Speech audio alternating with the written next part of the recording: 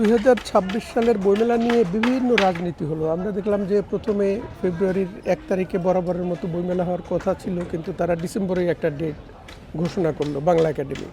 সেটা প্রকাশকরা মেনে নিল না। তারপরে আবার প্রকাশকরা আমাদেরকে ডাকলো, লেখকদেরকে, যে 1 তারিখে বইমেলা করতে চাই, সেটাকে ফেব্রুয়ারিতে আমরা বাংলা একাডেমিকে সেটা মানে বাধ্য করব। তো আমরা প্রকাশকদের কথা মতো আমরাও করলাম, সেমিনারে গেলাম, তারা পথে নামলো। আমাদেরকে তো যেতে হয় প্রকাশকরা ডাকলে। আপনারা জানেন সেটা একটা পর্যায়ে গেছে।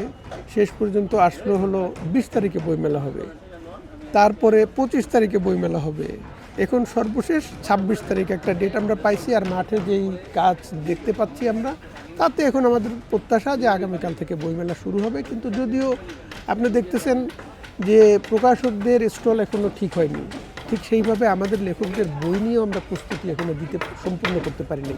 আমার একটা বই, অনুবাদের একটা বই আসার কথা সেপ্টেম্বর অন যশোর রোড, সেইটার এখন প্রুফ দেখতেছি এখনও। কাজেই হয়তো মেলা শুরু হতে হতে 3-4 দিন চলে যাবে, 5 দিন চলে যাবে বইটা আসতে। আমার আর একটা কাব্যগ্রন্থ আসবে, মৌলিক কাব্যগ্রন্থ, সেইটাও এখনও আমরা যেহেতু সে সময় দিতে পারিনি এবং আমরা বুঝতে পারতেছিলাম না যে কখন মেলাটা শুরু হবে। তো এখন মোটামুটি আমরা বুঝতে পারতেছি যে কালকে শুরু হবে।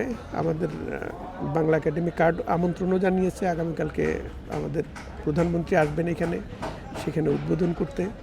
আমাদের জাতীয় কবিতা পরিষদের সভাপতি মোহন রায়হান এবার কবিতায়, আপনারা জানেন, বাংলা একাডেমি পুরস্কার পেয়েছেন। তো সেটা নিয়ে আমরা মোটামুটি সব দিক দিয়ে আমাদের ভালো আনন্দ হচ্ছে, কিন্তু একটু দেরি হয়ে গেল বিষয়টা। আর বইমেলাটা আসলে 1 মাস না হলে হয় না। কেন যে তারা 15 তারিখে মাত্র, মানে দেখেন আরও 4-5 দিন চলে যাবে কিন্তু মেলাটা রেডি হতে, তাই না? তার মানে 5 তারিখের পরে 15 তারিখ যদি শেষ হয়ে যায় মেলাটা, তার মানে 10 দিন সময় পায়। এইটা এই প্রকাশকদের জন্য একটা অন্যায়। এত খরচ করে তারা আসতেছে, তাদেরকে 1 মাস দেখ না, 26শে মার্চ পর্যন্ত, স্বাধীনতা দিবস পর্যন্ত মেলাটা নিয়ে যাক। এটা আমরা অনেকের সাথে কথা বলছি, লেখক প্রকাশকদের সাথে।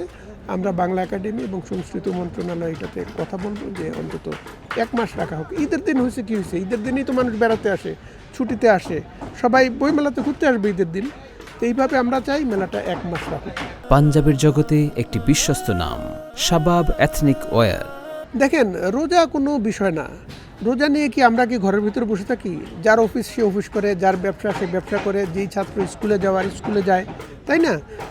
তো রোজার মধ্যে কিন্তু 30 বছর আগে রোজার ভিতরে বইমেলা ছিল, আপনাদের স্মরণে আছে কি না? 30 বছর পর পর কিন্তু রোজা আসে, এবং আগামী বছরও রোজার ভিতরে বইমেলাটা থাকবে, তারপরের বছরও বইমেলাটা রোজার ভিতরে থাকবে। আমরা কি 3-4 বছর রোজাকে অবহেলা, মানে আমরা তো রোজাকে সম্মান জানিয়ে রোজা রাখবো, বইমেলাও করব, ইফতার আনন্দের সাথে করব। হ্যাঁ, তো রোজা এটা আমাদের জন্য আমার মনে হয় কোনো কিছু বাধা হিসাবে দাঁড়াবে না। এইবার সব প্রকাশকই আমি দেখলাম যে আমার নিজের শিশু সাহিত্যিক হিসাবে আমার 4-5টা বই আছে, গতি প্রকাশন বের করছে, কবিতা চর্চা বের করছে। তারা বই নিয়ে দৌড়াদৌড়ি করতেছে, কিন্তু তারাও এখনও প্রস্তুত সম্পূর্ণ হয়নি। তবে এখন দেখতেছি যে একটু বিদেশি বই শিশুদেরকে, আমাদের নিজেদের যেই মৌলিক, যেমন এই যে আপনি জানেন বাঙালির হাসির গল্প, আমাদের মৌলিক কিন্তু অনেক গল্প আছে, সেই গল্পগুলি বাদ দিয়ে ওরা বিদেশি গল্প শিশুদেরকে শেখানোর চেষ্টা করে। আলিবাবা 40 চোর, এটাও তো বিদেশি গল্পই। মোল্লা নাসিরুদ্দিন হোজ্জার গল্প, ইসুপের গল্প, এগুলোর দিকে তারা বেশি ঝোঁক দেয়, কিন্তু ঠাকুরমার ঝুলিকে অবহেলা করে। আসলে সেলিব্রিটির একটা জনপ্রিয় লেখকদের সাহিত্যের একটা বিষয় থাকে। হুমায়ুন আহমেদ তো জনপ্রিয় সাহিত্যিক ছিলেন। তাছাড়া এমনিতে জনপ্রিয় একটা লোক, তার সাহিত্য মূল্য এত বেশি না, কিন্তু সে একটা বই লিখেছে, সেটা সে বাজারে আনতেই পারে। তার মানে দর্শকরা, তার পাঠকরা তাকে তার বই কিনতেই পারে। এটা তো মতামতের স্বাধীনতা। কিন্তু এইটাকে পুঁজি করে আপনি যদি মেলায় একটা বিশৃঙ্খলা সৃষ্টি করেন, মেলাতে একটা ঝামেলা তৈরি করেন, সেই দিকে সতর্ক থাকতে হবে।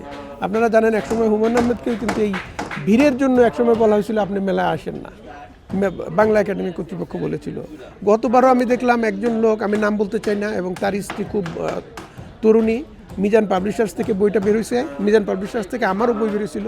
মিজান ভাই আমাকে ফোন করে বললো যে ভাই এই অবস্থা, খুব হট্টগোল হচ্ছে, আপনি একটা কিছু করেন। তো এইরকম আমাদের সামলাতে হয়, আমরা সহযোগিতা করি, কিন্তু আমরা চাই লেখকদের লেখাই ছাপুক, চিরায়ত বইগুলি ছাপুক, ভালো বইগুলো ছাপুক। হুট করে একজন এসে একটা বই ছাপবে, হয়তো হুজুগে তারা কিনবে, কিন্তু সেটা সাহিত্য মূল্য তো খুব বেশি না।